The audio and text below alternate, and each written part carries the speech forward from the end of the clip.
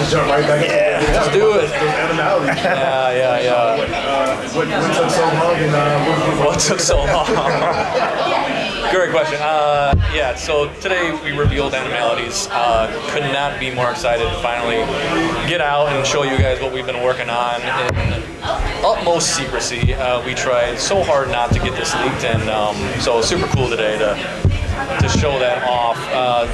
The team back at NetherRealm has been working incredibly hard for months and months and months and months on this feature, and we have a lot more to show you. It was just a little snippet today. So. Do you have a favorite animality that you have in there now? Oh, I've got lots of favorites. I think you can't talk about it, or I can talk about what we showed today. Like, the rain one. I just feel like it just fits his character so well, right? Water powers. We had a pufferfish on our list of like animals we wanted to work in, and what is figuring out what is a pufferfish going to do to you to kill you, right? Well, he's going to burrow into you and puff up and blow your top off. So. How long does coming up with like the pufferfish burrowing into you? How long from like, hey, we have this animal we want to kill somebody to final product of the actual animation? Yeah, from the idea once Ed approves it to when we have it in the engine with final visuals and sound. I would say 4 or 5 weeks on average. Yeah, per animality. And now obviously we got lots going in parallel, but it's a big effort and a ton of people working on all different aspects.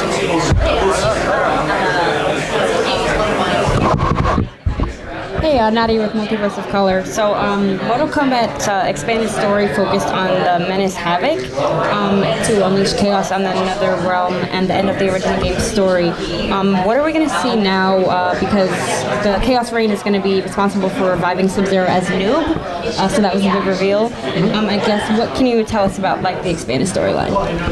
Well, I don't want to say too much about the storyline. We can talk about Noob and his character, or we can talk about Havoc.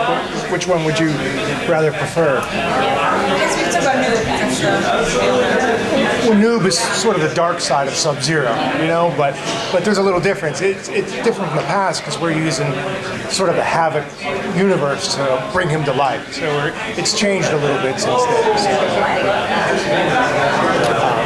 Havoc, I tried to play Havoc like sort of an evil P.T. Barnum or Vince McMahon type character. He's a showman. He's big and broad and it's loud and boisterous. So that's sort of his personality.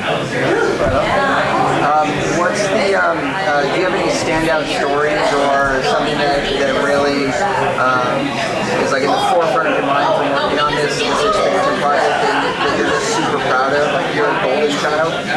You mean from this story itself? Yeah. Oh, there's plenty of stuff. Unfortunately, we can't reveal too much of the story. But if you look in the opening, we really enjoyed doing the opening, which is what we showed today. Yeah. And there was a nice bit of setup. Like we had Sector hiding in the trees, and you didn't really know. I think the hardcore fans knew what it was.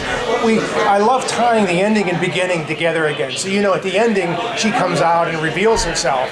And we did that intentionally just for new players, not to be, what's going on? What's this? And to have some setup with it. Gotcha. Right on. How hard will it be for like brand new players getting in and getting the new DLC also to be able to pick up and go with all that stuff, given how everything's kind of been rewritten? Well, we're hoping.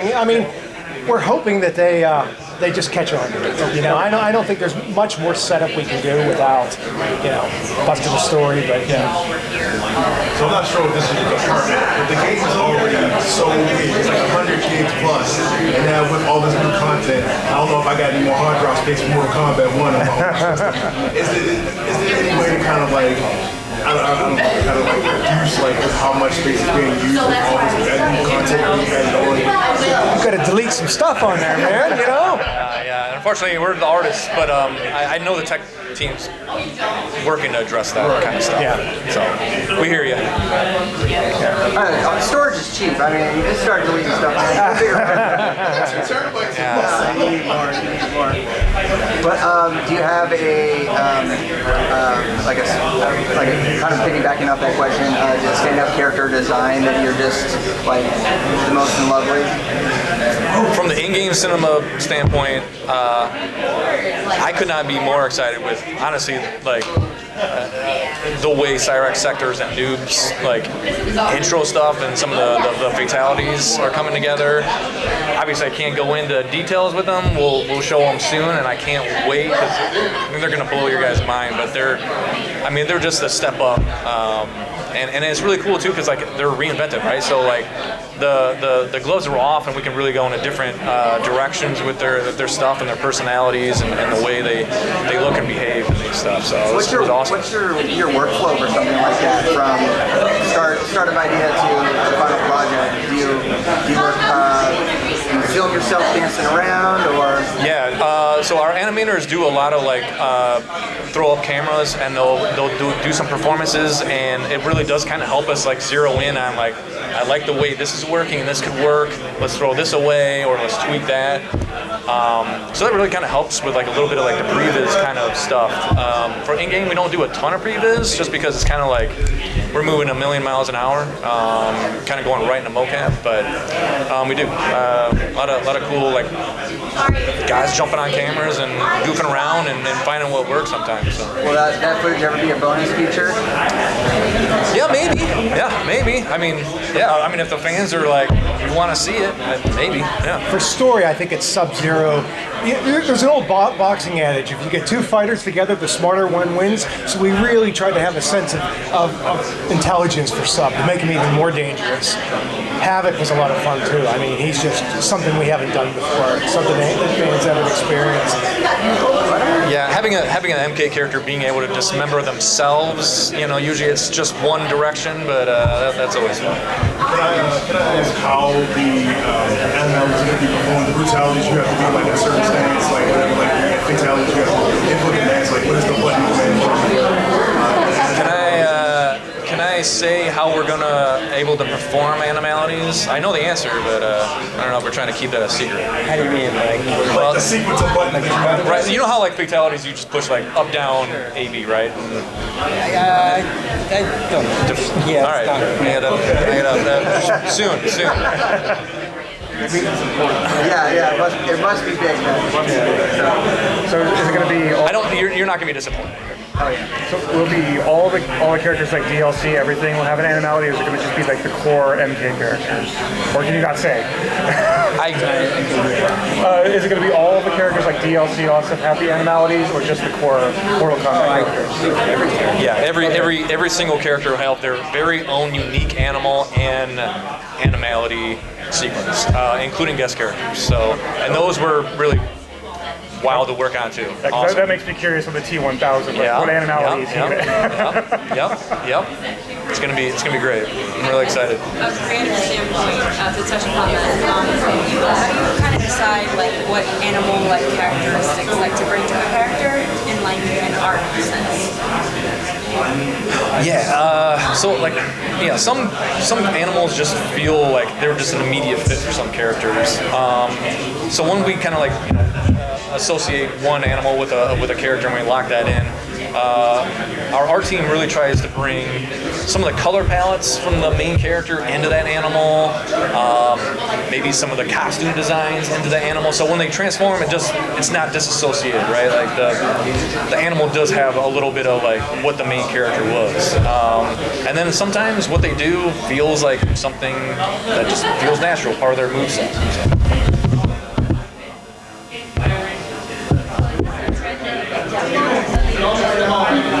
What's that? So animalities we had back in MK3 and then MK Trilogy. So that was, I think we were doing the math like 28, 29 years ago. It was time to bring it back. I think we brought back everything now. We've got Babalities in MK9, Brutalities in MKX. Friendships and MK11, and then now Animality. So they're back and cooler than ever. Is there going to be a new category that y'all are kicking around? Sure, why not? Yeah. Is there ever a limitation where, again, it was like with the fatalities where maybe we've got a little too over the top with this, we've got to like dial it back, or is it just go, what everybody, the entire team goes, okay, that's good? Yeah, we present a lot of ideas to Ed, and sometimes the ideas go too far, and he does a great job of like, guys, let's pull it back a little bit, and we're like, yeah, absolutely.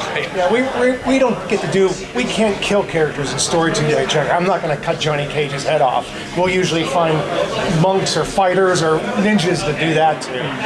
So we don't get that too often, but there have been times where we've been influenced by a movie. Like there was one time I said, hey, let's do this, and we were throwing bottles in people's face and smashing them, and then they're like, no, we can't do that. Or like we'd have a character, like one of our good guy characters, bite somebody, and they're like, no, he wouldn't do that. That's not, Kano can do that, but somebody else like Raiden can't. So that would be weird. Yeah. So and that's what we run into a lot. We love to brutalize them as much as we can, but it still has to fit into the story. Do you ever have to keep like the censorship board or the ratings board in the back of your head when you're working on stuff, or is that for legal to worry about?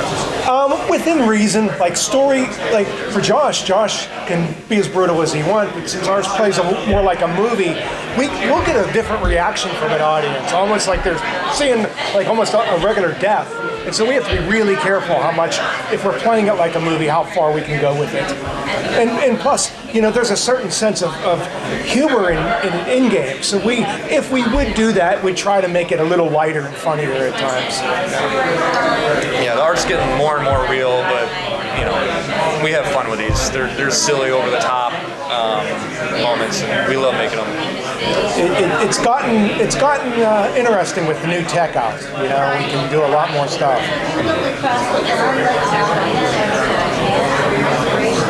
For what? I'm sorry?